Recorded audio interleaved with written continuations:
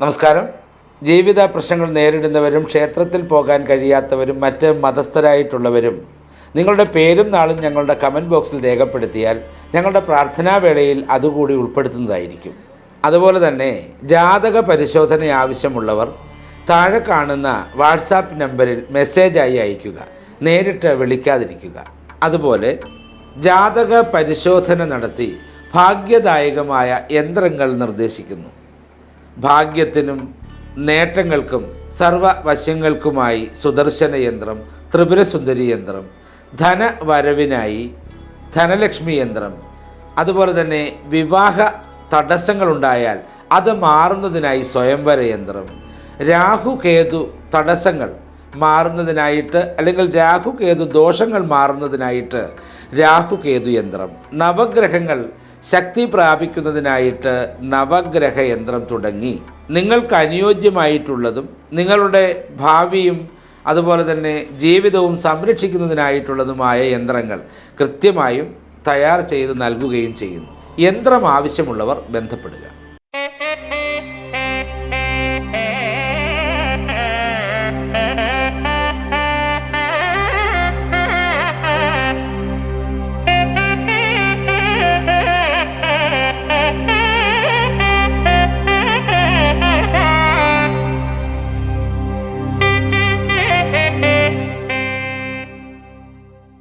നമസ്കാരം. സുദർശന TV ചാനലിലേക്ക് സ്വാഗതം. ഓം ഗജാനനം ഭൂതഗണാതിസേവിതം കവിത്വജംബുബലസാരഭക്ഷിതം ഉമാസുതം ശോകവിനാശകാരണം നമാമി വിഘ്നേശ്വര പാദപങ്കജം. ഭഗവാനെ ഓം മഹേശ്വര വിഘ്നേശ്വര പാർവതിയമ്മേ ഭഗവതിയെ രക്ഷിക്കണേ. ഓം സുബ്രഹ്മണ്യ സ്വാമിയെ സ്വാമിയെ രക്ഷിക്കണേ. ദേവിയെ രക്ഷിക്കണേ. നമസ്കാരം. ഒരിക്കൽ കൂടി ഏവർക്കും സ്വാഗതം.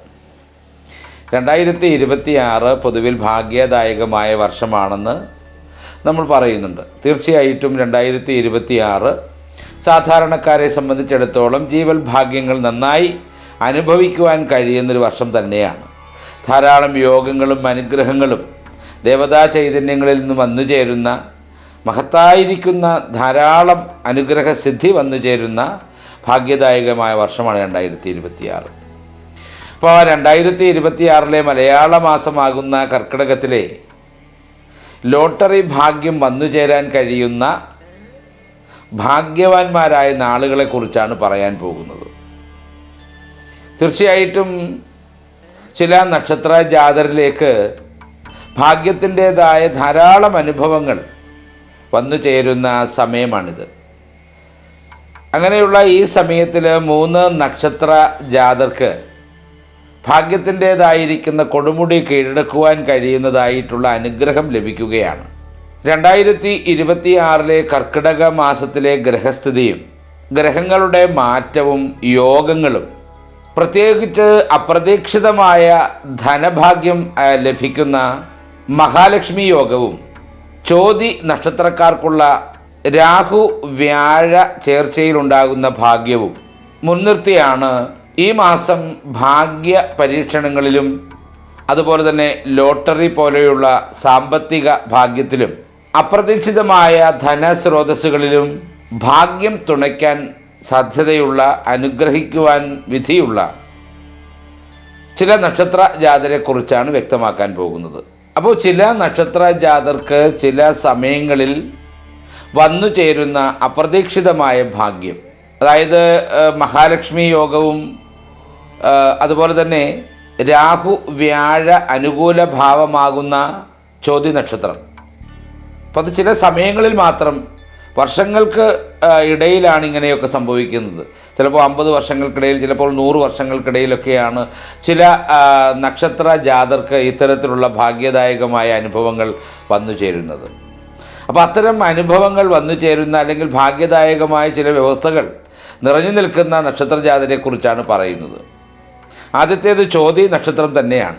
ഈ കർക്കിടക മാസത്തിൽ അപ്രതീക്ഷിതമായ ധനയോഗം നിറഞ്ഞു നിൽക്കുന്ന നക്ഷത്രമാണ് ചോതി നക്ഷത്രം. രാഹുവിൻ്റെയും വ്യാഴത്തിൻ്റെയും അനുകൂലമായ ദൃഷ്ടി കാരണം വന്നു ചേരുന്ന ഭാഗ്യത്തിൻ്റേതായിരിക്കുന്ന പൂർണ്ണമായ അനുഗ്രഹം ലഭിക്കുന്ന നക്ഷത്രമാണ് ചോതി.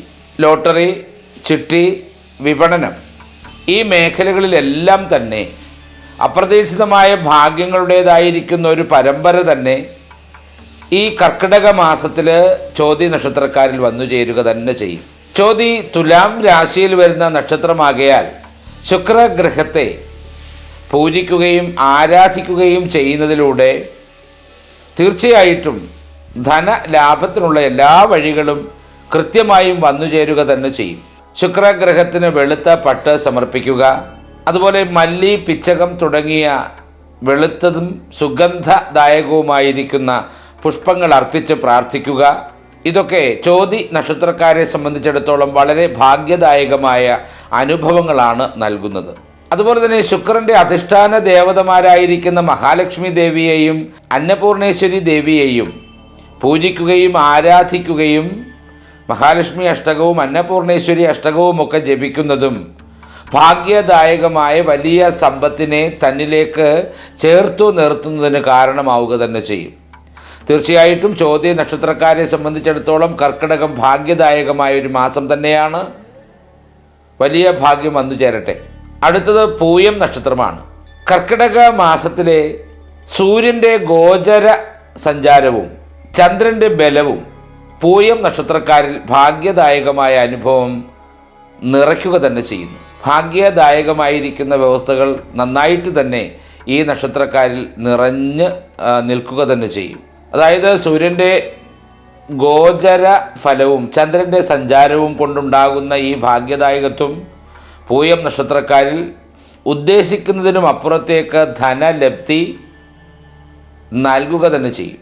സൂര്യൻ്റെ ഗോചര സഞ്ചാരവും ചന്ദ്രൻ്റെ ബലവും ചന്ദ്രൻ്റെ ബലവും പൂയം നക്ഷത്രക്കാരിൽ വളരെ വളരെ ഭാഗ്യദായകമായ അനുഭവങ്ങളാണ് ഓരോ ദിവസങ്ങളിലും ഉണ്ടാക്കുവാൻ പോകുന്നത്.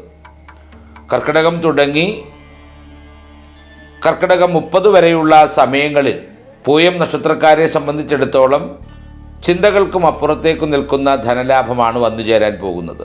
തീർച്ചയായിട്ടും ലോട്ടറികളിൽ നിന്ന്, ചിട്ടി, അതുപോലെ തന്നെ ബാങ്ക് മേഖലയിലെ നിക്ഷേപങ്ങൾ തുടങ്ങിയവയിൽ നിന്നൊക്കെ ഉദ്ദേശിക്കുന്നതിനും അപ്പുറത്തേക്കുള്ള ധനലാഭം വന്നു ചേരുക തന്നെ ചെയ്യും. പൂയം നക്ഷത്രത്തിൻ്റെ ദേവത ധനകാരകനായിരിക്കുന്ന വ്യാഴമാണ്.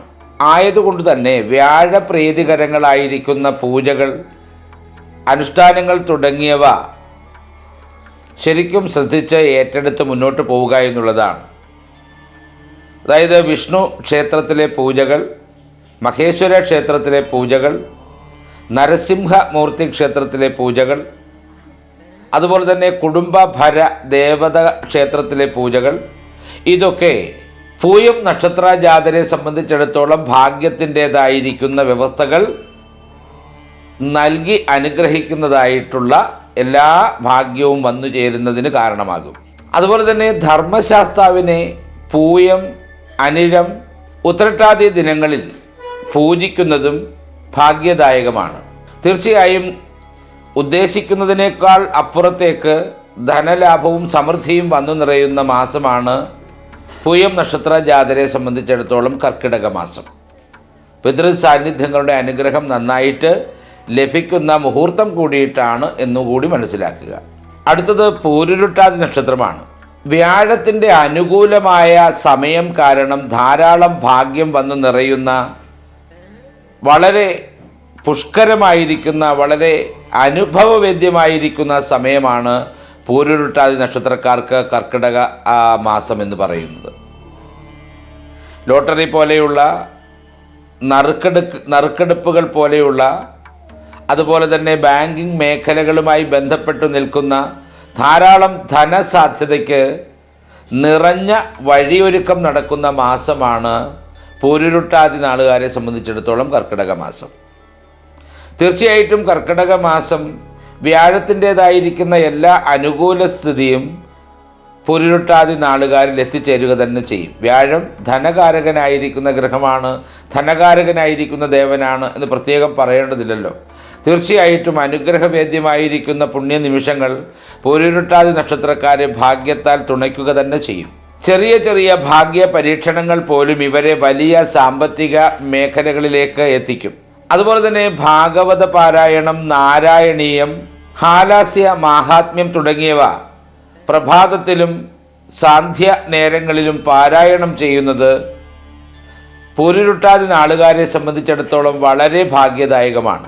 അതുപോലെ തന്നെ വിഷ്ണു ഭഗവാന്റെ ക്ഷേത്ര ദർശനം, മഹേശ്വര ഭഗവാന്റെ ക്ഷേത്ര ദർശനം, ഭദ്രകാളി ഭഗവതി ക്ഷേത്ര ദർശനം, ദുർഗാദേവി ക്ഷേത്ര ദർശനം തുടങ്ങിയവ പൂരുരുട്ടാതി നക്ഷത്രക്കാരിൽ ഭാഗ്യത്തിൻ്റേതായിരിക്കുന്ന അനുഭവ കൊടുമുടി കീഴടക്കുവാൻ കഴിയുന്ന ഗുണം ചെയ്യുമെന്നുള്ളതാണ്.